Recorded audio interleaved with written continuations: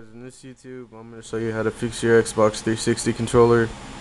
If you have the problem where it doesn't turn on, I fixed mine. That's why it's on right now. But that's how you fix it.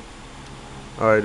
What you need is a play and charge kit charger, and if you don't have that, maybe a regular charger will work. I'm not too sure. I use the play and charge kit, but yeah, try to use that. And what you do is plug it into the control, and it won't turn on right away at first, but leave it on there for about 30 minutes and it should turn on. I can't plug this shit in, my bad. Well, yeah, you get the point. Plug it in, and like I said, it won't work at first, but give it like, I don't know, 30 minutes and it will work.